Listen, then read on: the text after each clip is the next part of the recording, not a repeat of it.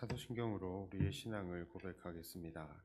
전능하사 천지를 만드신 하나님 아버지를 내가 믿사오며 그 외아들 우리 주 예수 그리스도를 믿사오니 이는 성령으로 잉태하사 동정녀 마리아에게 나시고 본디오 빌라도에게 고난을 받으사 십자가에 못 박혀 죽으시고 장사한 지 사흘 만에 죽은 자 가운데서 다시 살아나시며 하늘에 오르사 전능하신 하나님 우편에 앉아 계시다가 저리로서 산자와 죽은 자를 심판하러 오시리라.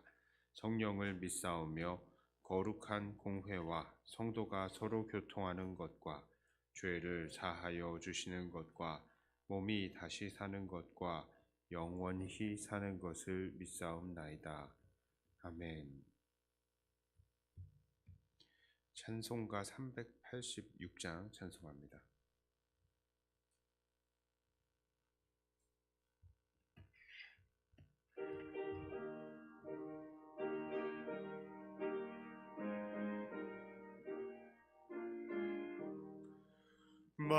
만세만석 열린 곳에 내가 숨어 있으니 원수마귀 손 못 대고 반란 풍파 없도다. 만세만석 열린 곳에 내가 편히 쉬리니 나의 만석 구주 예수 나를 숨겨 주소서. 죄에 매여 죽을 인생 편히 쉬기 바라니 주의 가슴 넓은 품에 내가 찾아 안기네. 만세만석 열린 곳에 내가 편히 쉬리니 나의 만석 구주 예수 나를 숨겨 주소서. 이 땅 위에 평안 없고 기쁜 일을 몰라도 주 예수의 참 사랑을 내가 이제 알았네. 만세만석 열린 곳에 내가 편히 쉬리니 나의 만석 구주 예수 나를 숨겨 주소서. 험한 풍파 지나도록 순풍으로 도우사 평화로운 피난처에 길이 살게 하소서. 만세만석 열린 곳에 내가 편히 쉬리니 나의 만석 구주 예수 나를 숨겨 주소서. 아멘.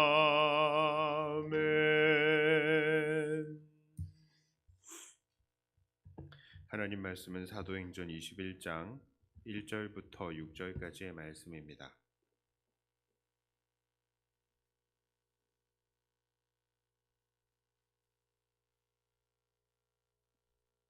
사도행전 21장 1절부터 6절까지의 말씀입니다. 우리가 그들을 작별하고 배를 타고 바로 곳으로 가서 이튿날 로도에 이르러 거기서부터 바다라로 가서 베니게로 건너가는 배를 만나서 타고 가다가 구브로를 바라보고 이를 왼편에 두고 수리아로 항해하여 두로에서 상륙하니 거기서 배의 짐을 풀려 하미러라. 제자들을 찾아 거기서 이래를 머물더니 그 제자들이 성령의 감동으로 바울더러 예루살렘에 들어가지 말라 하더라.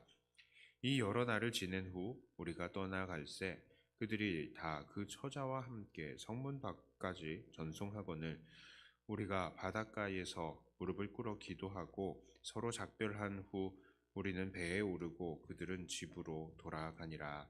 아멘. 자, 바울은 이제 밀레도에서 예루살렘으로 그 여정을 떠났습니다. 그 일행은 배를 타고서 바다를 건너 두로에 상륙을 했습니다. 두로, 시돈 다 어딥니까? 바로 이스라엘 가까이에 있는 그 항구 도시입니다. 자, 그런데 그곳의 제자들이 성령의 감동으로 바울더러 예루살렘에 가지 말라라고 합니다. 바울은 분명히 이 성령의 감동으로 예루살렘에 가는 것이었습니다.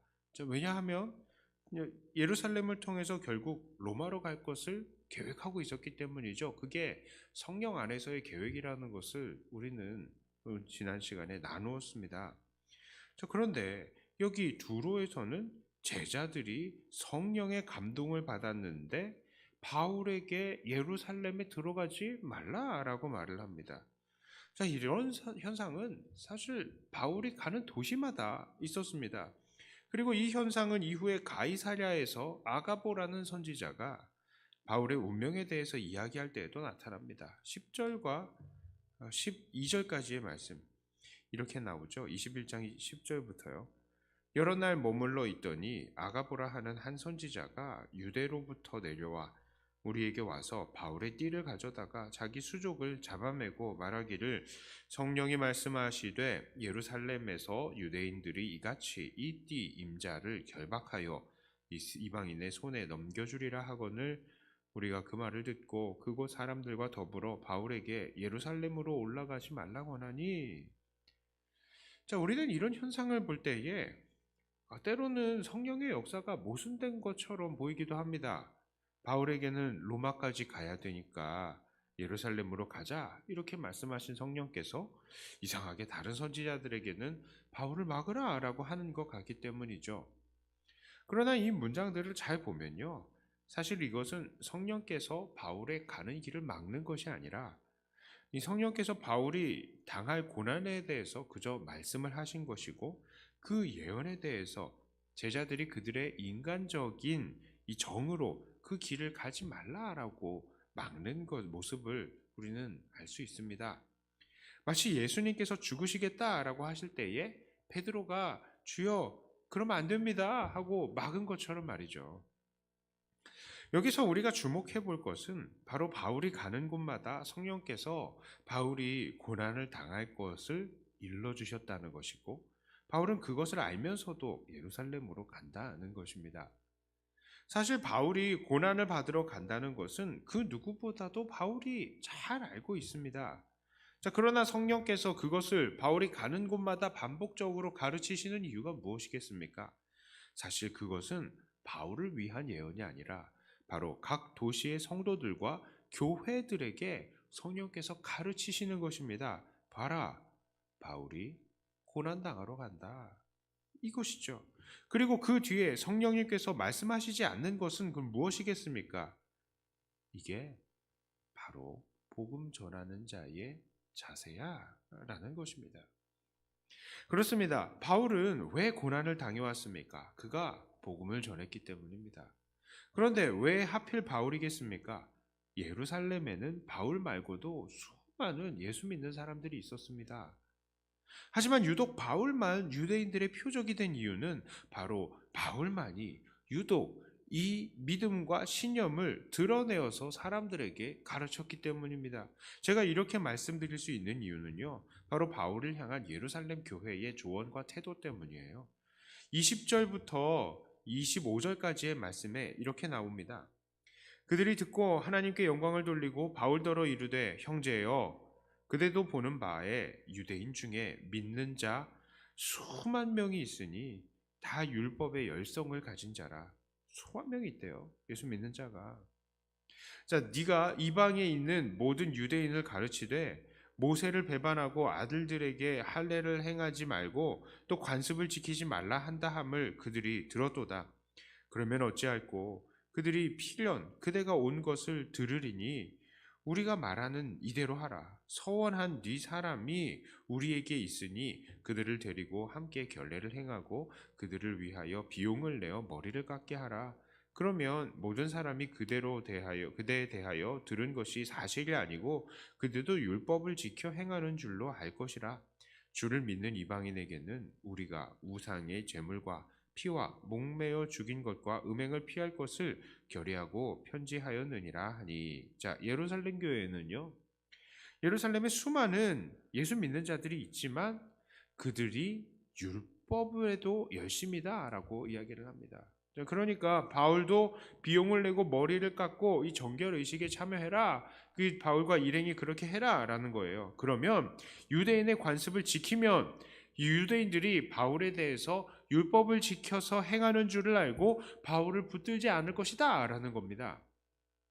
사실 예수님을 믿는 유대인들은요, 성전에 가서 정결의식을 행하는 거 이 사람들에게 별로 큰 문제가 아닙니다. 이들은 정결의식을 행하지만 그 의식 자체가 자기를 깨끗하게 하는 것이 아니라 그 의식이 가리키는 예수님이 그들을 정결하게 한다는 것을 알고 있기 때문이에요. 그래서 바울도 그 정결의식에 참여했습니다. 왜요? 물론 의식 자체가 중요한 게 아니라 그 의식이 가리키는 분이 예수님이니까 정결 의식에 기꺼이 참여할 수 있었던 것이죠. 여기서 우리는 당시 예수님을 믿는 유대인들이 왜 다른 유대인들에게 핍박을 당하지 않았는지를 짐작해 볼 수 있겠습니다. 비록 당시에 베드로나 야고보와 같은 다른 사도들이 다 예루살렘에 있었고 믿는 자들이 수만 명이나 있었지만 그들이 그렇게 드러내어서 유대인들의 표적이 되지 않았던 이유는 그만큼 그들이 그 믿음을 드러내지 않고 그저 숨어서 신앙생활을 했으며 성전에서 그들의 의식도 계속 행해왔기 때문입니다. 그것은 그들에게 그렇게 죄도 아니었고 믿음에 저촉되는 문제도 아니었기 때문이죠. 하지만 유대인들이 아닌 이방인들에게서는 이런 정결의식은 필요가 없는 것입니다. 그들을 정결케 하는 것은 예수님이기 때문이죠. 그래서 바울은 그것이 필요 없다는 것을 이방인들에게 가르쳐 왔습니다. 그것도 아주 방방곡곡을 다니면서 전했습니다. 특히 가는 곳마다 제일 먼저 회당에 들러서 유대인들에게 그 사실을 먼저 알렸습니다. 그래서 유독 바울이 유대인들의 표적이 된 것입니다. 그러니 이 고난은 당시에 유독 바울만이 감당해야 했던 고난인 것이죠. 다른 사람이 아니라 바로 바울만이 이런 복음을 전했기 때문입니다. 자, 그렇다면 오늘 본문을 통해서 우리는 어떠한 도전을 받습니까? 우리도 우리의 십자가를 져야 합니다. 바울은 바울이 감당해야 하는 십자가를 지기 위해서 그 고난을 거절하지 않았습니다. 그가 복음을 전했기 때문에 그 결과로 다가오는 고난은 그에게 마땅하다는 것이죠. 바울만 이런 고난의 길을 걸어간 것은 또 아닙니다. 오늘 바울에 대한 고발과 붙잡힘은 유대인의 관례와 의식 때문에 시작된 것이지만 세월이 지나고 나서 이것은 핍박이 유대인의 관습을 이제 넘어서게 된 것이죠. 그래서 사람들은 여러 가지 이유로 기독교를 핍박하기 시작합니다.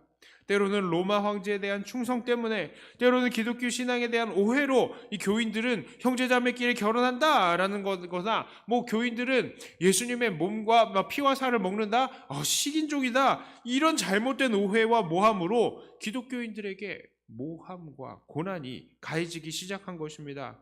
그때에 우리의 믿음의 선배들은 어떠했습니까? 이들은요 다 그 고난을 감당했습니다. 그들도 그들의 십자가를 지고 주님을 따랐던 것입니다.